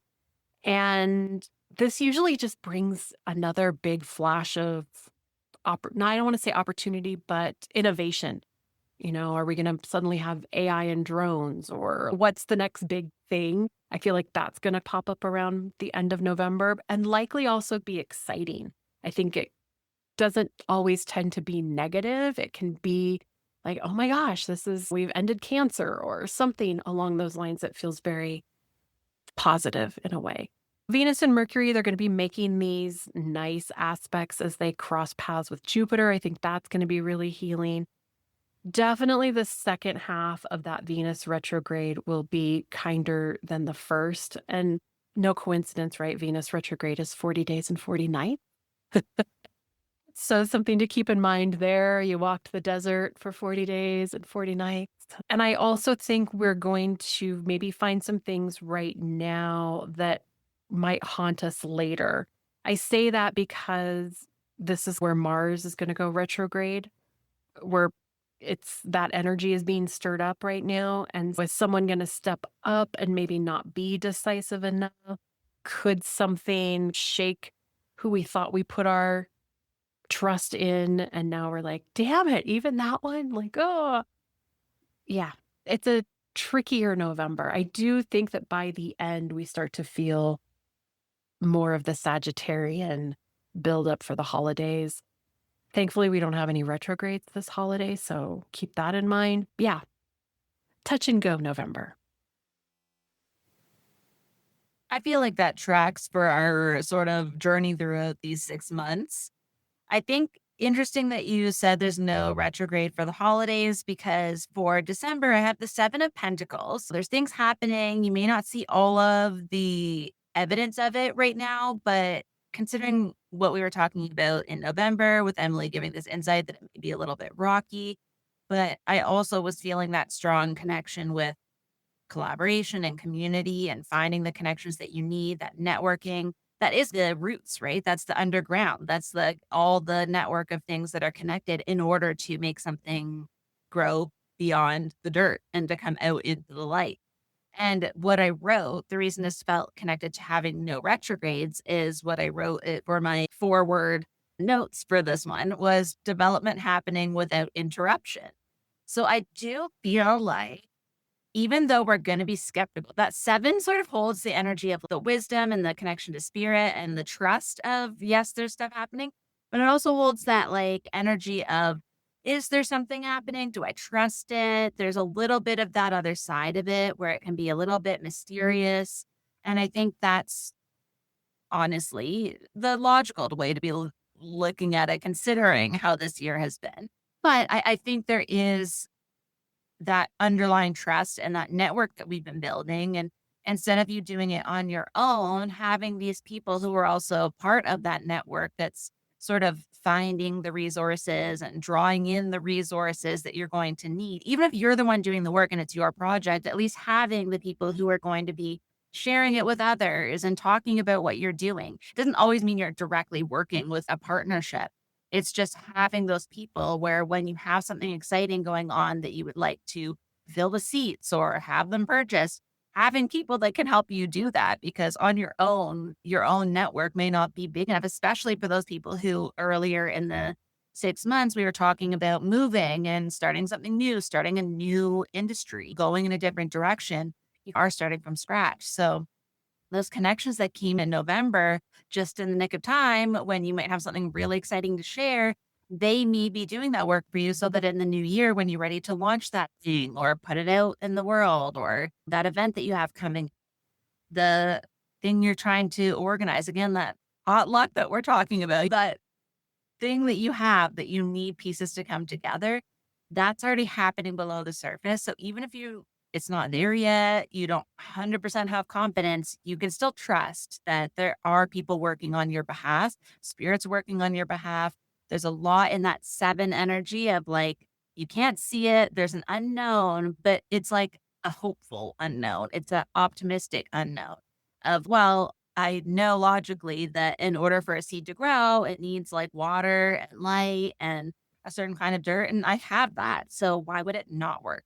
And I think that's more the direction we're leaning. But to end the year with pentacles, two back to back, I feel like that makes me feel a little bit more sure that even though we're going through a lot in the beginning of this 6 month cycle and the inviting shadow, there's a lot of shadow that we've invited in that perhaps we wish we didn't. But I think by this, we're getting closer to that gaining light again. And so I think having Capricorn season as we get closer to the end of December, the winter solstice, gaining light, all of those things, it does feel like we are solidified in what we're doing. And now we're ready to start putting it out into the world again and allowing ourselves to see positive possibilities for what we've been creating in the rubble of what is July and August. Perhaps now we've navigated the material shutdown is like the beginning of everything around us is changing. We're having to completely change our identities, our jobs, our roles. I mean, again, not trying to scare everyone, but everyone's going to have a different experience of this. But there are larger shifts happening. And then it's more relational in the fall. The people around me, how do I now have a conversation with someone when I don't have these same views? Or now I'm in a totally new group of people and I don't know where they lean or what they want to talk about. And then the people close to me aren't seeing this new version of me. They're seeing the old version of me. There's a lot of that to navigate. But then when we get to this point, it's like we've had the hard conversations. We've felt firm in our emperor throne. We know what we're doing. And now it's just a matter of finding that new community and finding that new network to help us move forward. So it actually feels like a good progression. Whether or not the other side of this, by the time we get to gaining light, what that's going to look like, who knows? But for the next 6 months, we have this to look forward to. We have this idea of things happening for our benefit without our energy, without us having to do all the work and put in all the time and effort. We can actually relax a little bit, knowing there's no slowdowns, no retrogrades. It's just pure hope and knowing that it was your work that did it. Like the Pentacles is very clear on. It's not that this magically showed up out of nowhere. You've put in the work and now you can trust it's going somewhere. The universe has picked it up and is now actually moving it forward for you. I really love that take on this month. Yeah, Sagittarius and December, I always feel comes in with this flashbang of optimism, being ruled by Jupiter, and Jupiter is in Leo, where it's super happy. So I think all of that feels really good. By the 10th, Saturn retrograde ends. On the 12th, Neptune retrograde ends. They both go direct. And at this point, remember, they met together at 0 degrees of Aries all the way back in February, so long ago. And they're now up to 6 degrees apart. So that energy is definitely starting to pull apart and be less influential. Venus finally pulls out of its retrograde shadow by the 15th. Really, the only thing I see being even remotely dampening to this whole section is that Mars begins its shadow period, and that's closer to solstice and towards the end of the month. And it leaves us on this cliffhanger a little bit because Mars is going to go retrograde in January. So that's where December to me does feel like we get to take a breath and maybe see the value of the work we've done. I think trusting that in these moments of chaos that a hero does step up, whether it's meant to be us or whether it's someone we support or can highlight in some way. Yeah, I think next year, starting with Mars in retrograde, it's going to make 2027 kind of a Mars heavy year, so to speak. We had a very Saturn Neptunian year this year in 2026. And now that they're finally wrapping up, literally like a gift, the 10th and 12th before the, I think that's a poignant moment. And I hope that by the time we are gaining light, that we're talking about the gifts that we got out of what's come from this 6 months, because without a doubt, when we talk in December, things are going to look massively different. But I do think there's going to be a lot of glimmers in December. Venus and Jupiter are going to be working together again, and particularly now that shadow is done, Venus is going to meet up with Jupiter again as they pass each other and do some more trines and sextiles. So all of that, I think, helps to offset any of the littler problems that might come up during this time frame. Like I said, I just think that it's it sets the stage in some ways for January to be like, okay, Capricorn, let's do the heavy lifting. We've packed the box of cookbooks and books. Did we really think we could move it all? Let's think about this. That's the energy it brings to mind for me. And I don't really see anything else really to highlight in December other than be gentle to yourself and really to reflect back on how far we've come. I think the Seven of Pentacles is such a beautiful, perfect energy for this because we've had this big chunk of earth-like energy at some of these more pivotal moments in the year. And this is maybe an opportunity for us to reflect on that, particularly as we'll have the full moon in Cancer and the new moon in Capricorn. So we'll get that offset. And I'm out of words. I used all my words on July. Yeah, we didn't budget them appropriately. It was very uneven.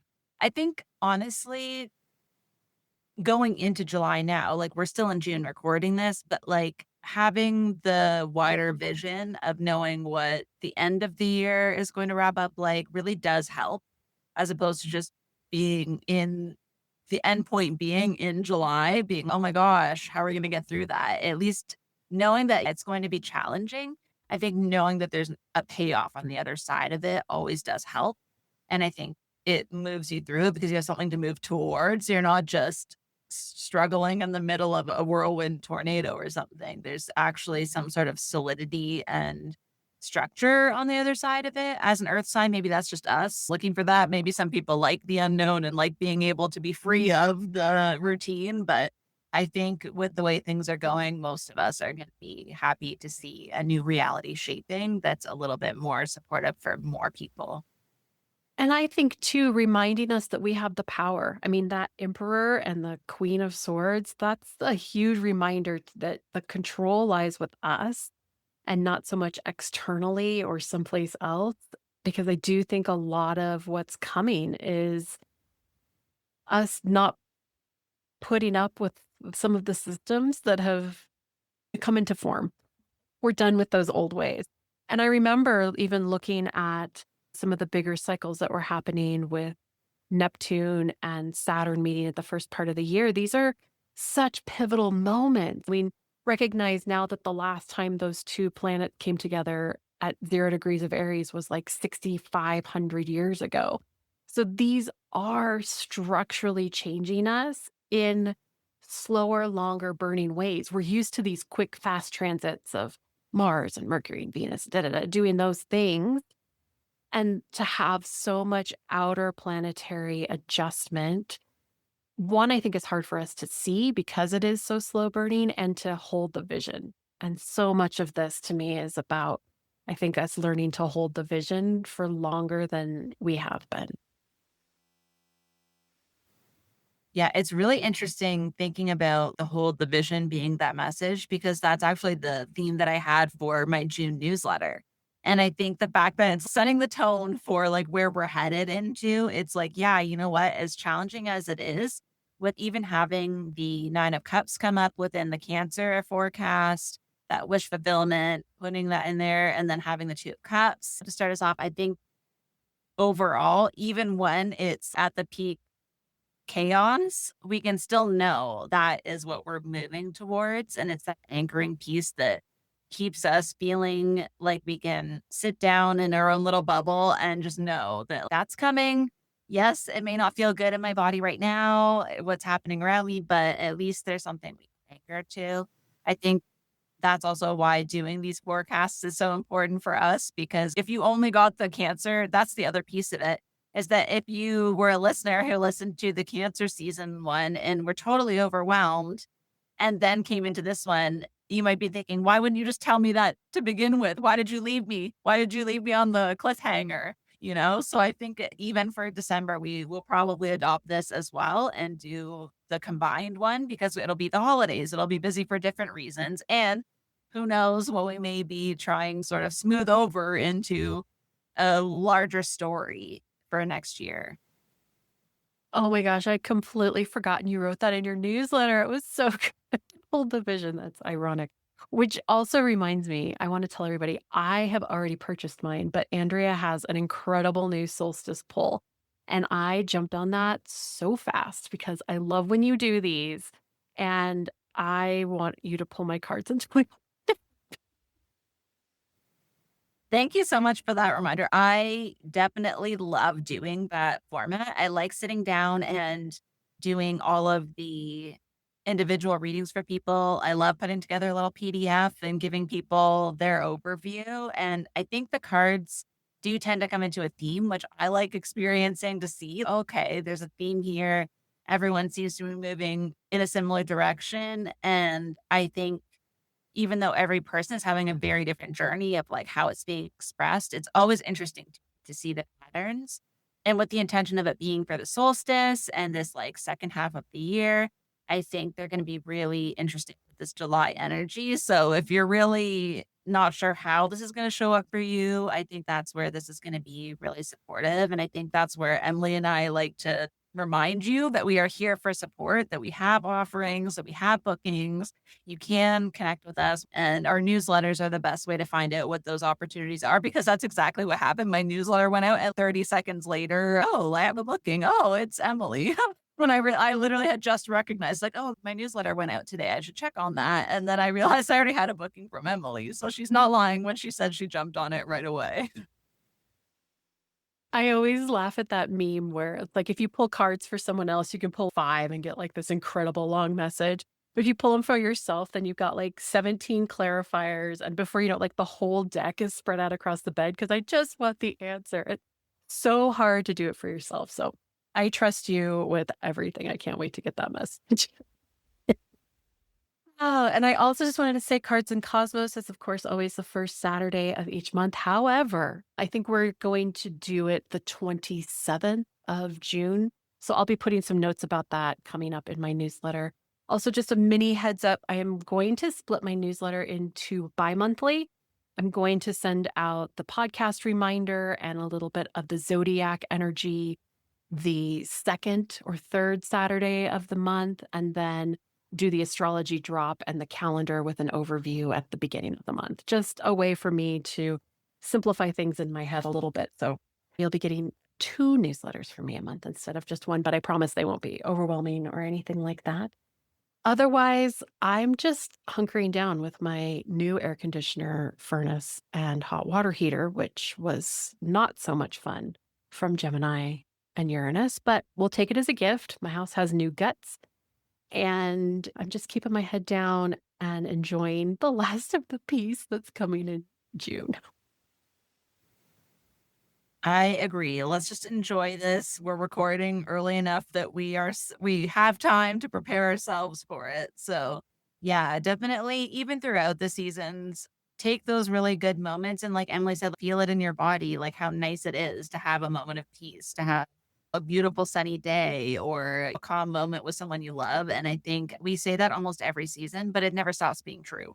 I think the things that ground you are always going to be the things that ground you. And I think it's important to hold on to them and remember that we are humans. We are meant to be here living a human life as much as we would prefer sometimes not to be. We can't always be thinking and in our minds 24/7. We do have to sometimes be feet on the earth and connecting with others. No, thank you all so much for listening. I know this is a long episode and a lot to go through, but our hope is that you find a lot of support, a lot of understanding, and just some comfort and knowing about what's coming up for the rest of the year. Like we said, please reach out. We're both happy as always to help you find any insights for you personally or otherwise. And we will see you in July. Thank you so much for joining me on another episode of Spirit Crumbs. You can find me on Instagram for this podcast at Spirit Crumbs, or you can also find me at Concrete and Crystals for my own spiritual offerings and more tidbits about my own journey. Thank you for listening, and we'll see you in the next episode.